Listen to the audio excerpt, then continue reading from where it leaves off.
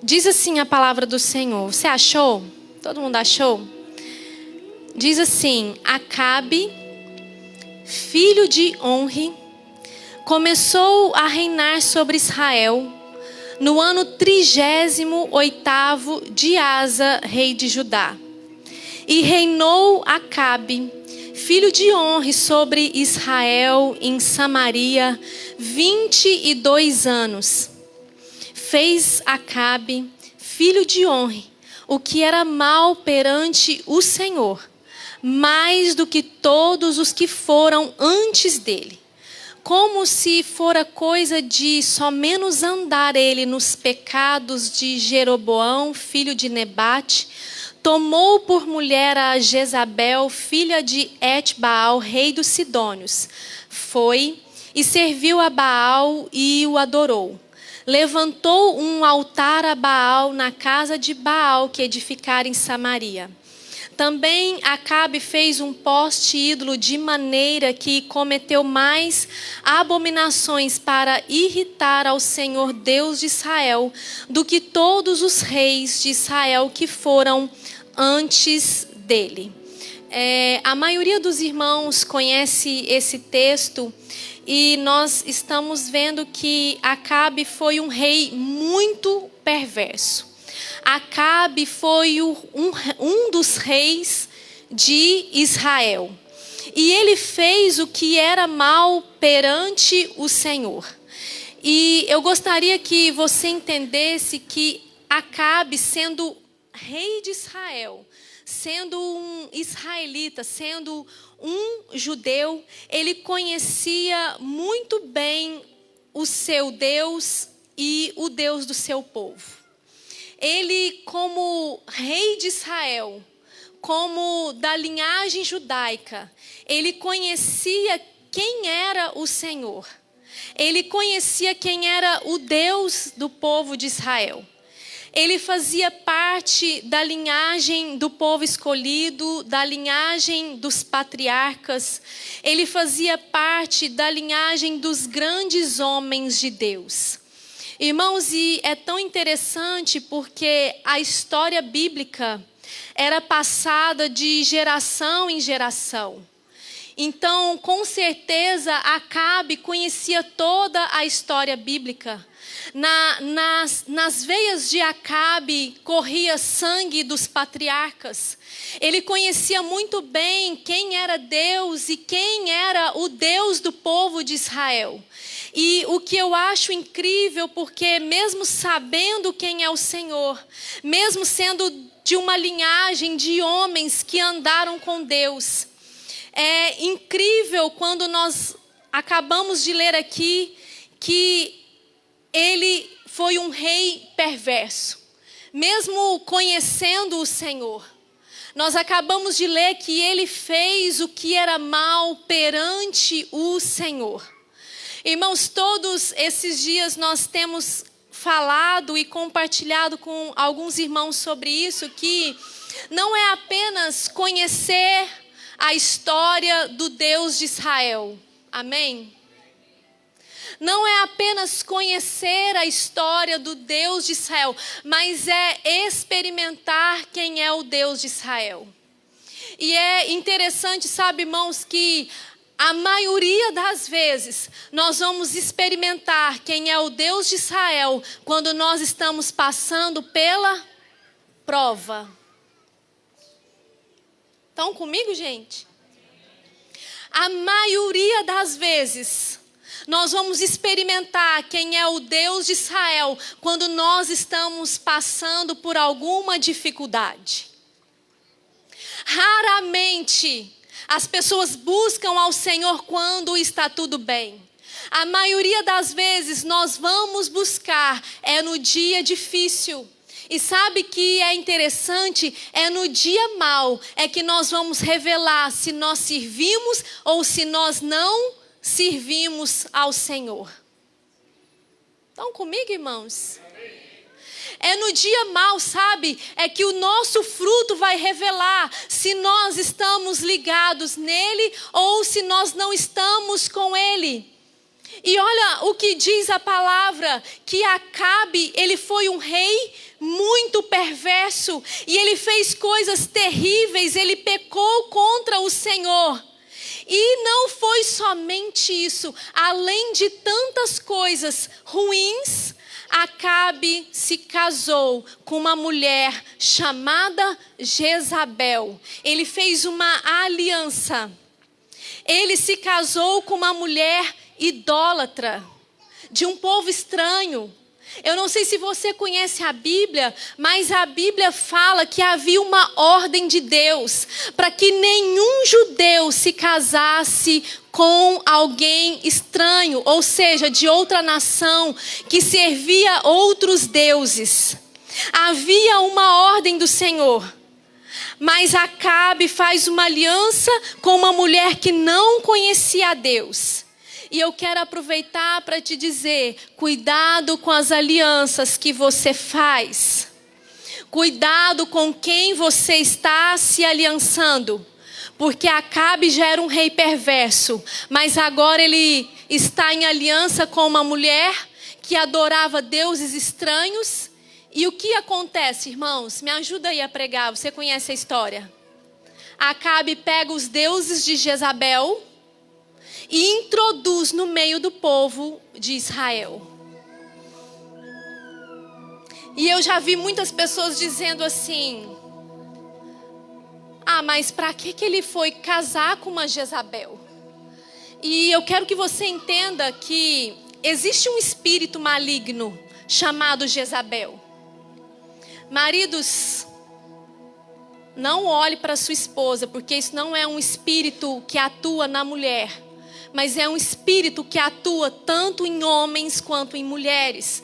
O espírito de Jezabel é um espírito dominador, controlador, intimidador. E é interessante, porque nos nossos dias, muitas pessoas vivem sobre o domínio de Jezabel.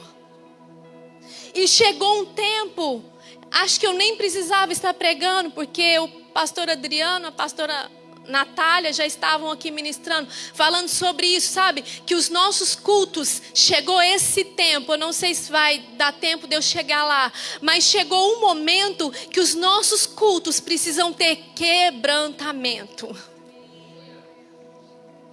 Sabe, chegou um tempo que nós precisamos olhar para nós. Eu estava aqui, acho que na quinta-feira, ministrando para algumas mulheres, falando sobre lealdade. E o Senhor mexeu demais comigo sobre lealdade e deslealdade. Mas à medida que o Senhor ministrava no meu coração, eu não estava pensando em ninguém, eu estava pensando em mim. Se eu tenho vivido uma vida leal ou desleal.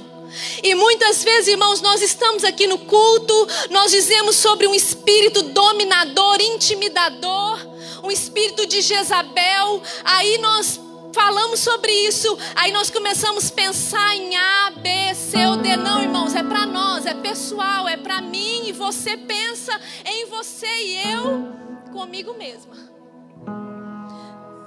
Eu estou andando debaixo de qual espírito? O Espírito de Deus, onde há liberdade, onde eu fluo na presença dEle, onde não só o meu domingo é na presença dEle, mas é de domingo em domingo. Eu estou buscando a presença dEle, ou eu estou aliançada com o espírito dominador, intimidador. E Acabe caiu nessa cilada, porque além de pecar, mas não poderia ser diferente, né? Um homem que só fez perversidades, não poderia ser diferente, se aliançar com Jezabel. Então agora Acabe se submete a Jezabel. Então agora Acabe se submete a Jezabel. Irmãos, primeiro, isso não é bíblico. Um homem se submeter à mulher. Eu sei que às vezes essa mensagem nem é tão agradável, mas se nós formos para a Bíblia, é isso, não tem como fugir disso. Então só de um homem se submeter àquele espírito dominador, tudo errado. E o que Acabe faz?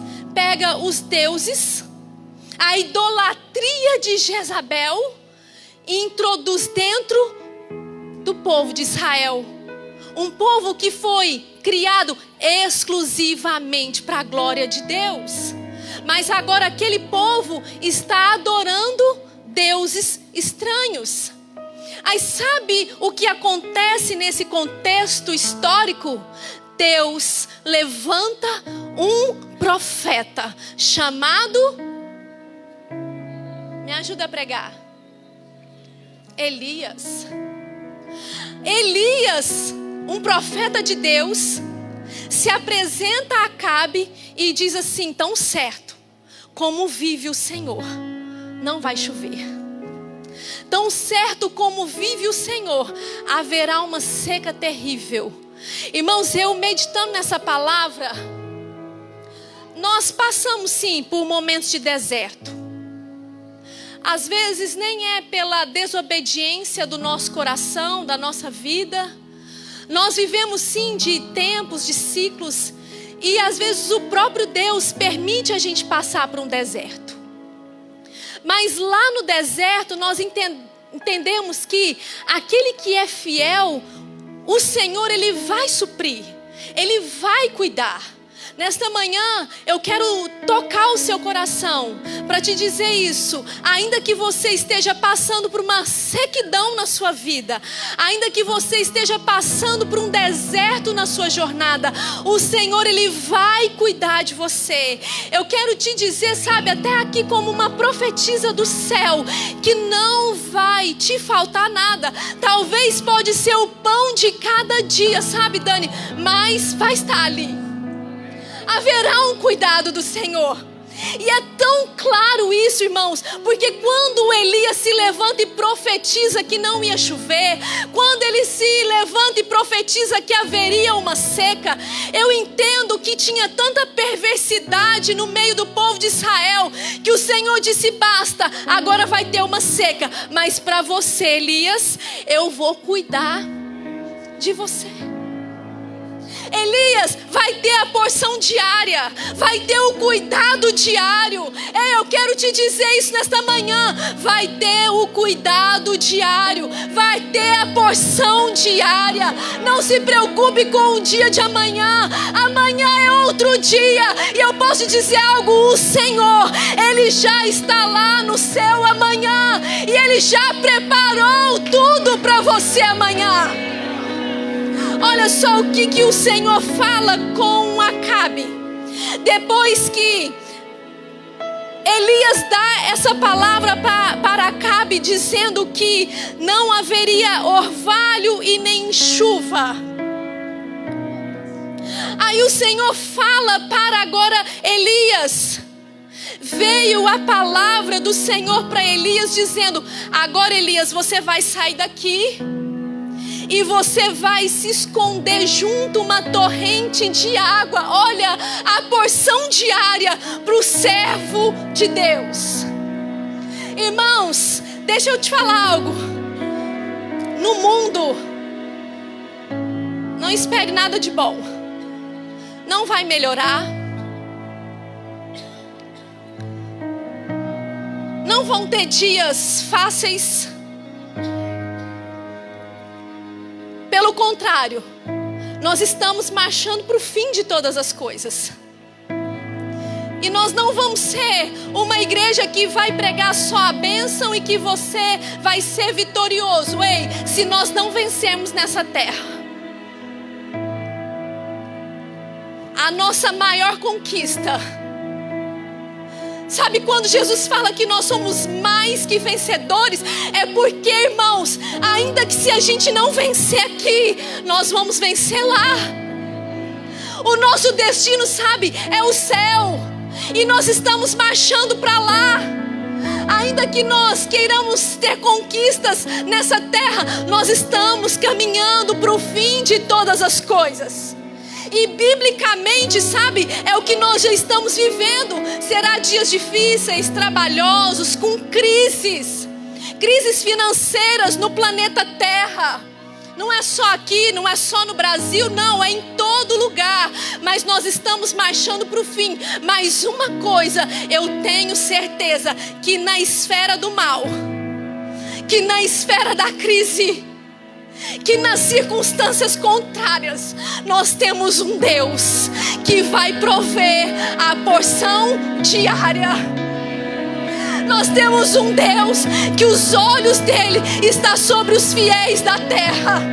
Nós temos um Deus que vai prover aquilo que nós precisamos. Deus falou para Elias: retira-te daqui, Elias, e agora você vai para junto da torrente de Querite, e é lá que eu vou te sustentar. Você vai ficar escondido, você vai ficar guardado, mas é ali que eu vou te sustentar. Irmãos, nós temos um Deus que cuida dos seus. Eu amo, sabe, o Salmo 91, que diz assim: o que habita. Me ajuda aí a pregar. O que habita. Irmãos, habitar é uma decisão minha e sua, mas aquele que habita no esconderijo de quem? No esconderijo dos governos dessa terra que prometem muitas coisas. No esconderijo que alguém criou para si. Não. Aquele que habita no esconderijo do Altíssimo e descansa à sombra do Onipotente, diz o Senhor, diz ao Senhor, meu refúgio. Me ajuda a pregar nessa manhã. Meu refúgio e meu baluarte. Vai, gente. Deus meu, em quem eu confio. Você parou para pensar que o Altíssimo, ele tem um esconderijo? Você já parou para pensar que o mundo pode estar em crise, mas o nosso Deus, o Altíssimo, ele tem um esconderijo, e é lá que eu quero habitar. Olha só o que diz a palavra: pois ele te livrará do laço do passarinheiro e da peste perniciosa, cobrir-te-á com as suas penas e sobre as suas asas estarás seguro. Você precisa levantar a sua mão e adorar o nome dele. A sua verdade é pavês escudo. Não te assustarás do terror noturno, nem da seta que voa de dia, nem da peste que se propaga nas trevas, nem da mortandade que assola ao meio-dia. Caiam 1000. Me ajuda aí, gente. Caiam 1000 ao teu lado. Me ajuda a pregar. Caiam 1000 ao teu lado e 10.000 à tua direita. Tu, porém, que habita no esconderijo, não será atingido. Você pode adorar o nome dele enquanto eu bebo água?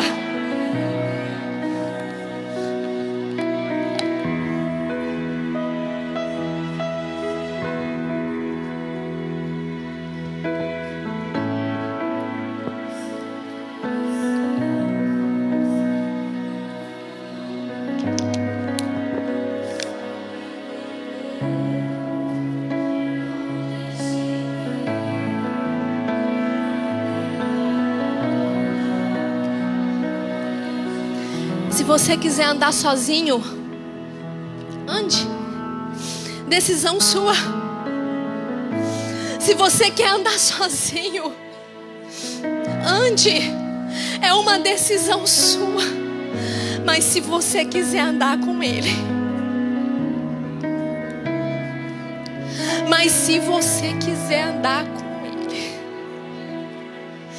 se você decidir andar sozinho na força do seu braço, talvez você é tão inteligente e quer andar segundo a sua inteligência. Se você decidir andar sozinho, ande. Mas se você quiser andar com ele, pode ter dias difíceis, podem, mas nós estaremos seguros. Sabe, o vento pode soprar, Sabe, de noite o mar pode estar assim bravio, pode. Os discípulos, quando eles estavam ali dentro do barco, veio uma grande tempestade e eles saíram de uma margem para ir para outra por uma ordem de Jesus. Jesus mandou, foi ele que mandou, mas eles não ficaram isentos de passar por uma grande tempestade. Mas no meio da tempestade, quem decide andar com Jesus é só abrir os olhos e olhar para frente, porque vai vir ali um certo Galileu andando sobre as águas, e é aquele que tem todo o poder. Andar com Jesus é ter a segurança que Ele vai acalmar qualquer tempestade da nossa vida. Amém, gente? Vamos adorar?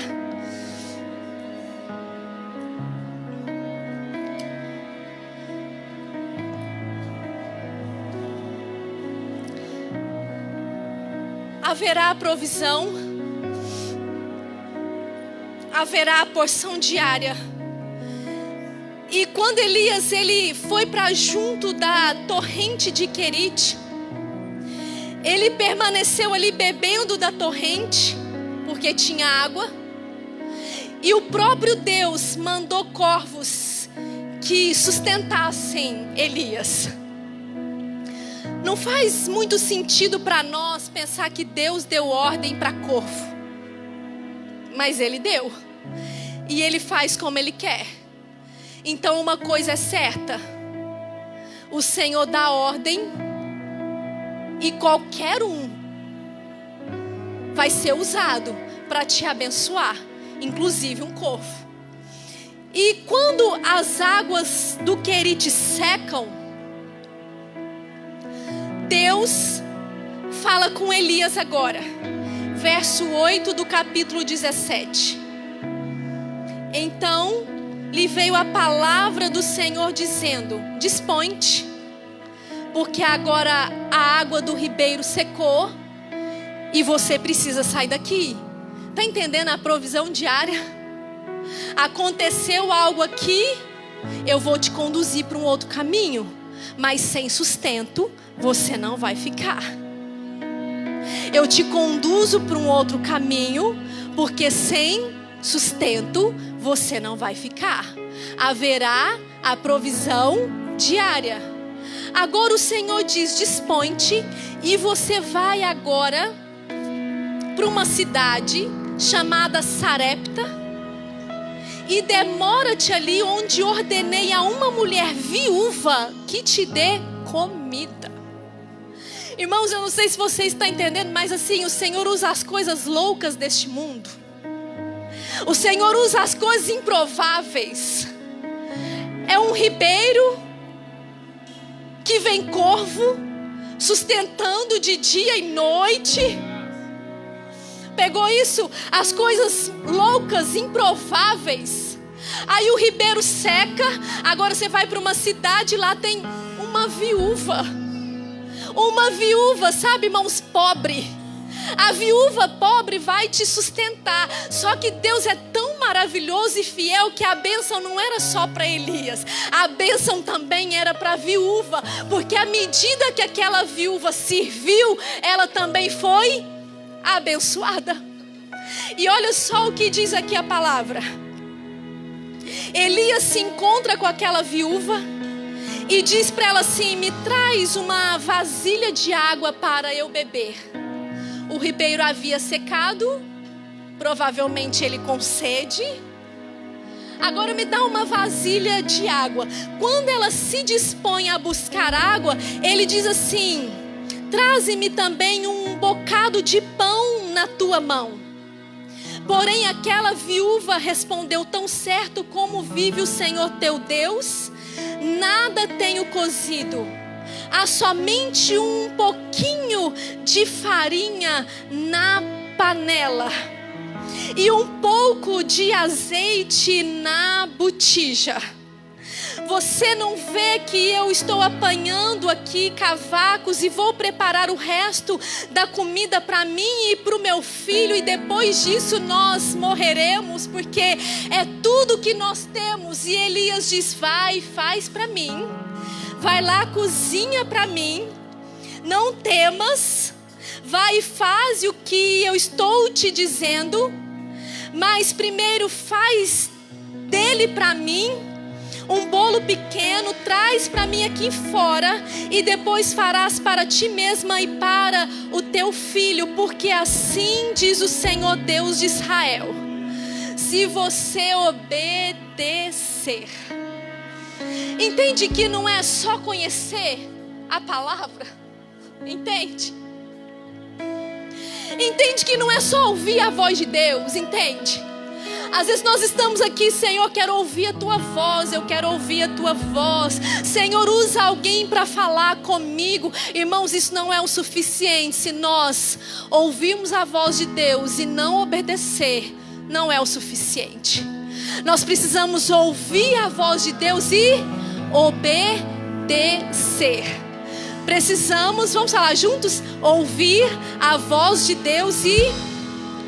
Vamos lá mais uma vez? Precisamos ouvir a voz de Deus e obedecer.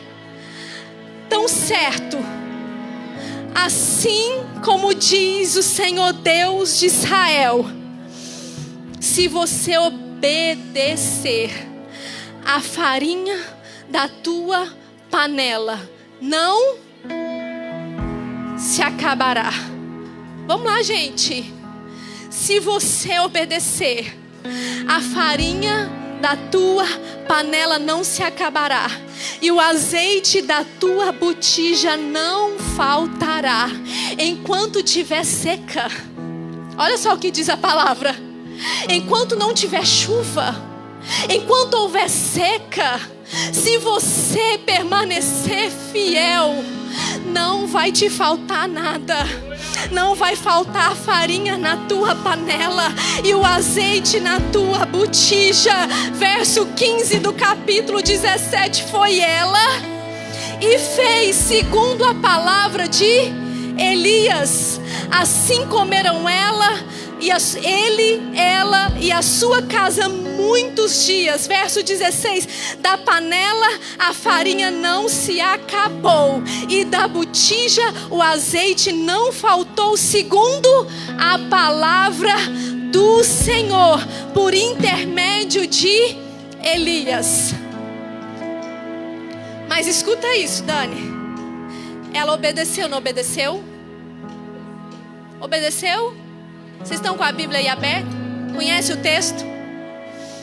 Como não vai dar tempo de eu terminar a mensagem, eu já vou terminar aqui. Obedeceu, não obedeceu?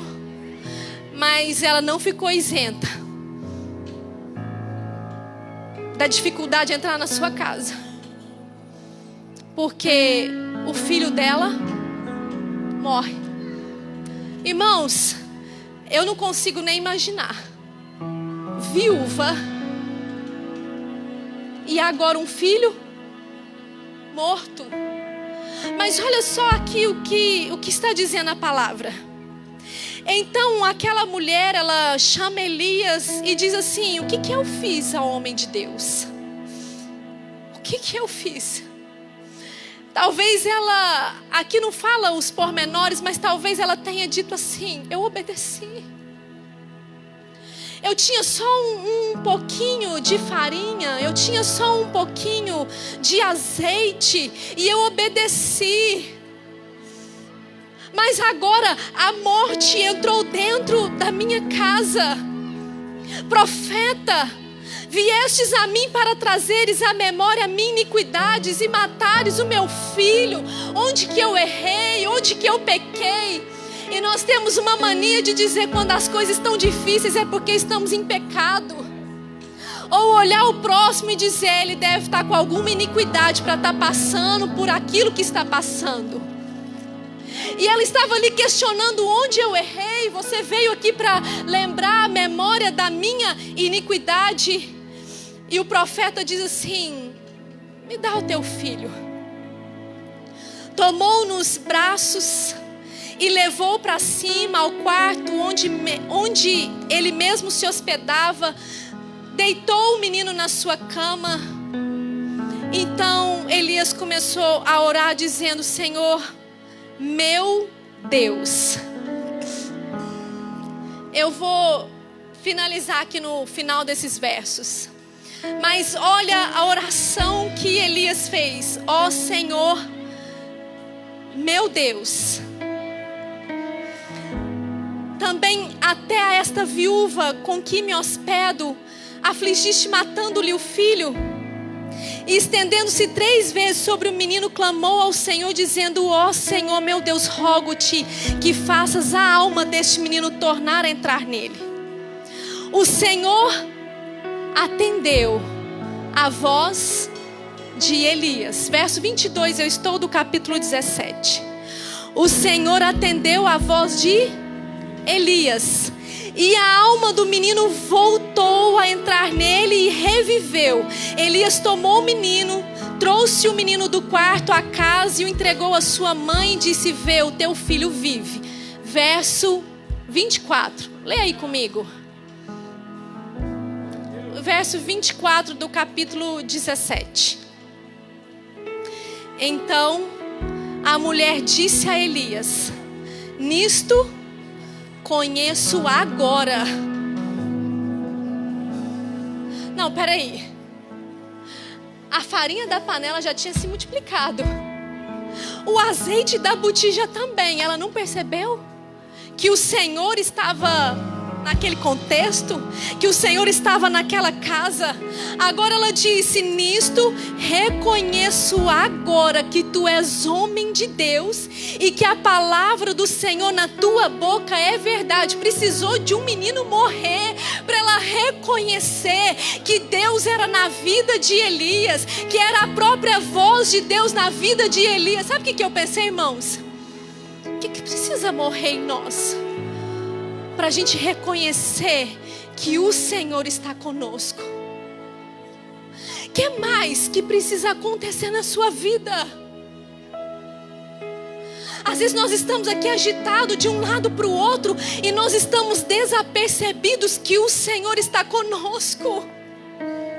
Às vezes nós estamos, sabe, reclamando e murmurando da porção diária. Muitas vezes a gente está murmurando porque nós temos o pão de cada dia. Sabe por quê? Nós queremos é mais. Nunca é suficiente. Irmãos, o que precisa morrer em nós? O que precisa mais acontecer para a gente identificar que o Senhor é conosco? Irmão, se é provisão diária, glória a Deus. Se o carro é simples, glória a Deus. Se a casa é simples, glória a Deus. Se o trabalho ainda não chegou, glória a Deus. Se a porta ainda não se abriu, glória a Deus. O que mais precisa acontecer para nós dizermos como aquela mulher: bom, agora eu reconheço que o Senhor está aqui. O milagre já tinha acontecido. A farinha não tinha acabado, o azeite tinha multiplicado, mas agora que o meu filho reviveu, é que eu reconheço que ele está aqui. Irmãos, nosso Deus está também se manifestando nos pequenos milagres, nos milagres diários, de acordar, respirar, como a pastora Natália diz, trabalhar. Isso são milagres diários. São manifestações diárias do nosso Deus. E aí nós estamos na nossa correria e esquecemos que existem milagres diários. Você pode dizer amém? Eu queria muito concluir essa mensagem, mas você pode fechar seus olhos.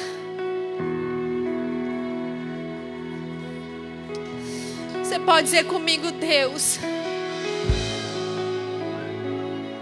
eu não vou precisar esperar um grande milagre para reconhecer que o Senhor todos os dias provoca milagres na minha história.